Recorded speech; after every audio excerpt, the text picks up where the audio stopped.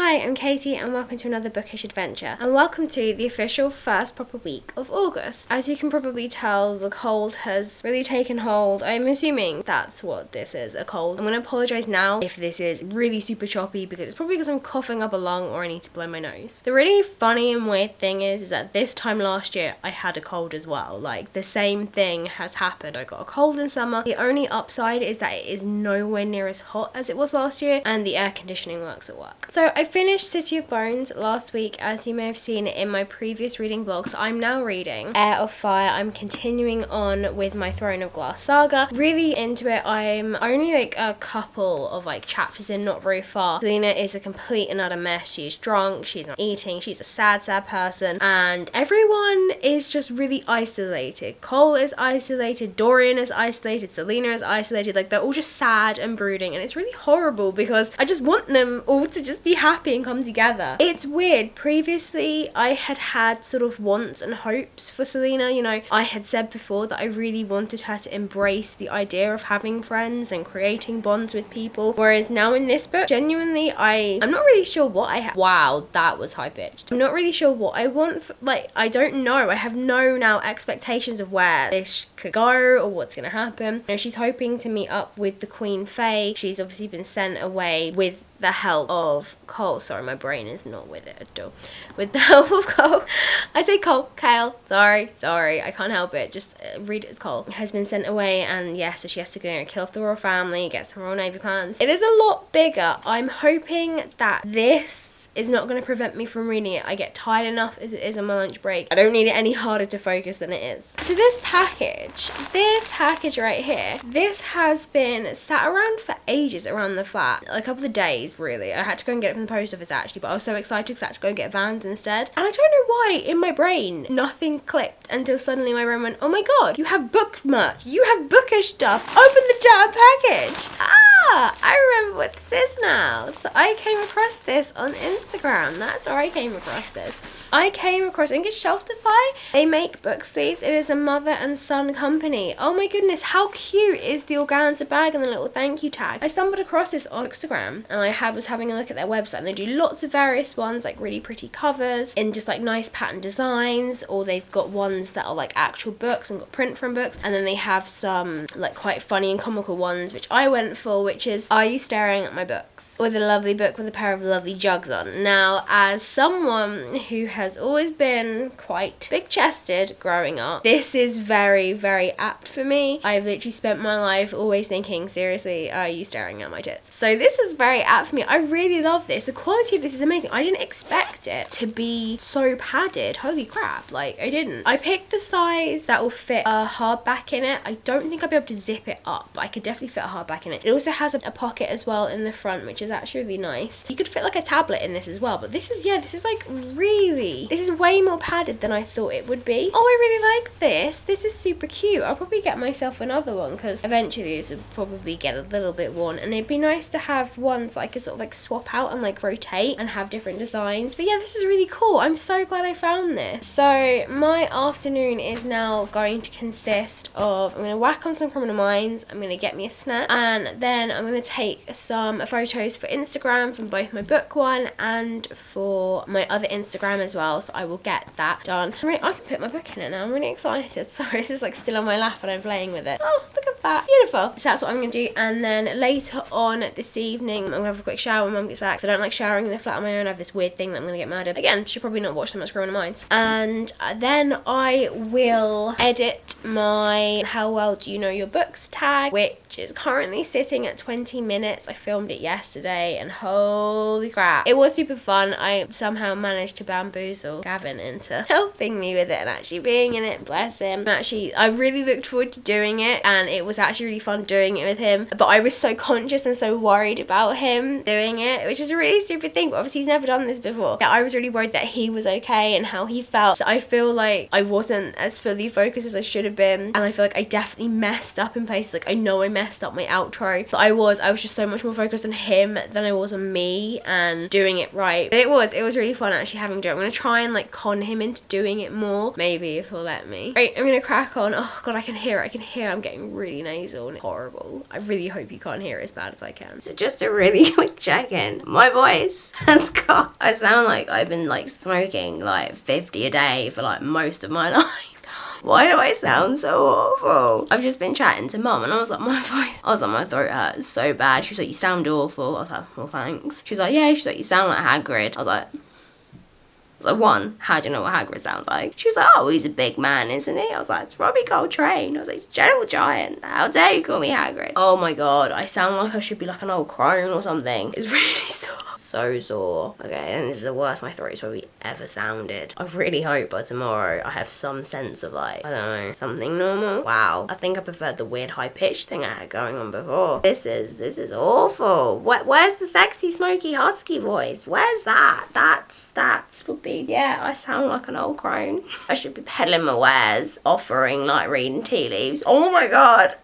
I'm gonna edit my video now. Okay, I sound like an old lady. Hey, I no longer sound like an old crone. I mean, don't get me wrong, I still don't sound great, but I can speak without pain, so that's a nice sort of welcome. So it is Thursday, and I thought I would just do a quick check-in, because I was actually thinking about some stuff today at work, and I kind of I don't know, last night and today at work, and I just kind of thought, huh. So I'm actually not talking about Heir of Fire, which I know seems weird, seeing as I literally just started the book. However, I am really enjoying it. No, instead I wanted to talk about something else. So, a while ago, like I feel like the beginning of the year maybe, I had talked about, I did a video going through the oldest books that I have sort of on my shelf, and then I then decided that I was going to continue reading the oldest book on my shelf. So that is The Brothers Grimm. This book, I'm not even kidding, I've been reading for so long. So I've got Goodreads up. I think I started it, or I shelved it March 9th, 2014. My last reading update was May 4th, 2014, and I was at about 52%. So since then I haven't picked it up, and as I said in my previous video, I was just really struggling. I think the stories are really weird and they're all very the same, and I think I just read it a wrong way and kind of just got tired of it. So I decided that I was going to re-pick it up, and I committed that I was going to either read 10 chapters or 10% each time. I think it was 10 chapters, and then I would get it done quite quickly. My reading update since then was January 26th, and I had gotten to 64%. The next update was February the 3rd, which was 69%, and that was a page 590, and that was my last update. So I'm gonna check where I actually am, because I may not have updated it since then. My bookmark is at, okay, my book 100 is at 726, so I have obviously read since then. I just haven't updated anything, thank God, actually, because I was thinking to myself, I'm sure I'm further in than that. So I'm quite a fair chunk in. I only have like that much left,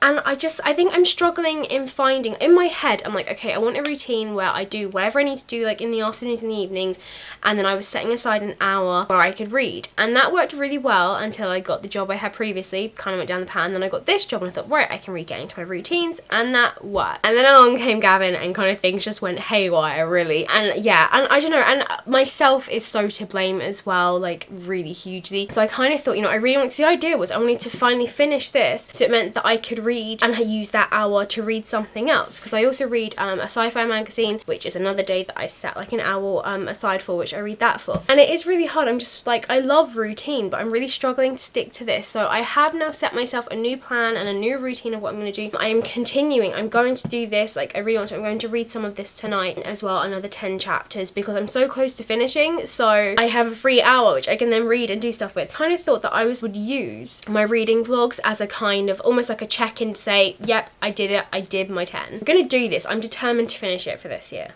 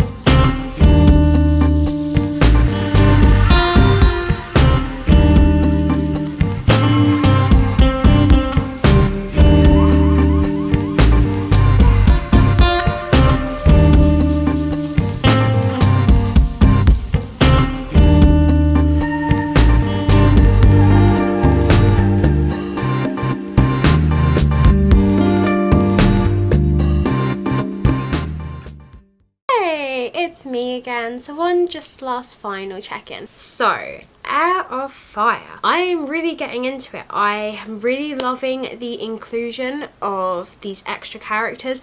We now have the witch man on, who I am just getting this vibe about, and I don't know what it is about her. I really like her. I don't know. I just feel like there's a chance that she's gonna turn against the other witches. I don't know. There is just something about her, because she keeps saying, like, now they've gotten to these caves, the mountains, she keeps saying that something smells wrong, like just something doesn't smell right. I feel like she's, I don't know, maybe she's picking up on something that others aren't, or maybe they all smell it. I don't know. But the fact that we've now included an extra character who has nothing, who's like completely outside of like the realm of the story, I really like. I love the fact that she's one of the witches, because we're getting to sort of see their perspective on things and what their sort of like, what their roles and their hierarchies like. You know, there's the 3 clans, and it's nice to sort of see that side of things, whereas obviously you've got like general kingdom rules and laws, but I'm liking that you're seeing their side of things, and obviously their initial plan is to become the clan leaders. The secondary character who we have new is the healer. I want to say her name is Sorsha. That's how I'm reading it. I could be completely wrong. I'm reading it as Sorsha, and that is now her name. I'm wondering, I might have a quick flick through the novella, I'm wondering if she's the same healer from the novella, which I really hope so, because I'd really hoped that she was going to pop back up. And again, she's an outsider to the main story, so I'm really liking that, and I'm liking that she's becoming involved in Dorian's sort of story and his magic. I just feel like they've been isolated from each other, our trio, you know. Dorian and Kale aren't close anymore, Dorian and Selena can't really close anymore, but they had the weird bond of the magic, but she's had to leave, and Kale and Selena are just, well, they are in tatters, and you know, they're all fractured and isolated from each other. And I think the main thing whilst I've been reading this, and I've always wanted this for Selena, I've always wanted her to have some form of friendship bond with someone, that they don't get killed or they don't betray her, and that's now what I'm wanting for these other characters, because they're so heavily burdened, and Dorian's never gonna figure out anything on his own, like, bless him, but I feel like there's only so much. And that's why I was gutted when the princess died, because he clearly had the same views as her, and it would have been great to have seen them allied together, and to see if she, you know, she clearly knew stuff. It's so annoying that we'll never know what she knew. And I just really wanted to see their relationship progress, not only as allies, but the magical side of thing and taking down the king. So this is what I'm quite liking, this inclusion of the healer, because she just seems very like, I get it, your dad's insane, I will help you. Like, I really like that, because, you know, obviously out of fear, a lot of these people would betray friends and family. So for her to be like, I mean, obviously she has a crush on him, fine, but for her to literally be like, it's cool, I'll hide your secret, I really like that. And yes, finally, because obviously Dorian and Cole just aren't in a great place, Kale, sorry, and the Capt, he will be leaving, you know, his dad is very much like, come on, we made this bargain, get your punk ass bitch ass home. You know, he is not messing around. His dad is an asshole, like, oh my god, seriously, these men. So it's sad that they can't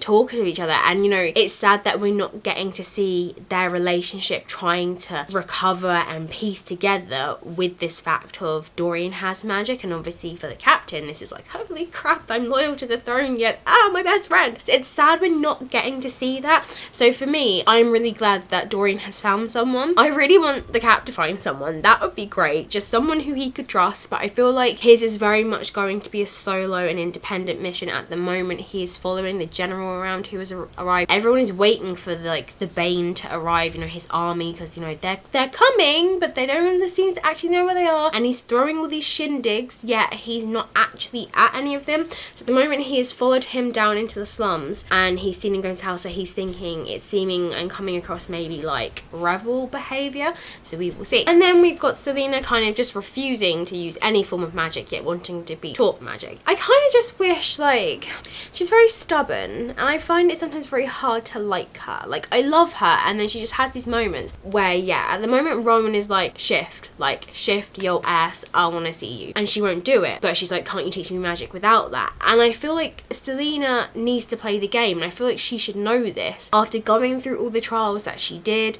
to become the king's assassin, and then going through what she did in the last book, having to kill off all these people, but she secretly wasn't. I feel like by now Selena must know she has to play the game, and she has a ticking clock running out on her on when the king expects her to be back. You know, she has a deadline. He's waiting for her to come back with, you know, navy plans and dead royals. I feel like we are gonna end up with a very broken Selena at this point, and it's nice to finally, because I wasn't expecting her to know anything about her past. us. So I was really surprised when she finally did start monologuing and talking about it. I was like, oh, I was expecting like this was going to be like a big secret like character reveal, when in fact it's just a character and secret reveal to us. I thought it was going to be to Selena as well, but I like the fact that, yeah, it was actually a character reveal for us, not for her. And it's not like, normally this is the type of thing where someone finds out that they're actually the chosen person and all this, and they have to try, they're reeling from it and then trying to gather themselves so they can go on, because people expect this from her. She knows the shit, she's just hiding from it, and she's trying to get on as best as she can. So yeah, that is actually quite nice and a nice change, because I guess a lot of these books can become predictable when they are that type of genre. So that is enough of me talking. I am done. I need to get to editing things ready. So I'm very bad recently. Thank you for liking this video. As always, comment below. You don't even have to be talking about anything related to this video. It could be anything you feel like. You could be telling me about what you did this week. I don't mind. If you're new, hi, welcome. Hit that subscribe button and never miss a video. I will see you next week. Bye.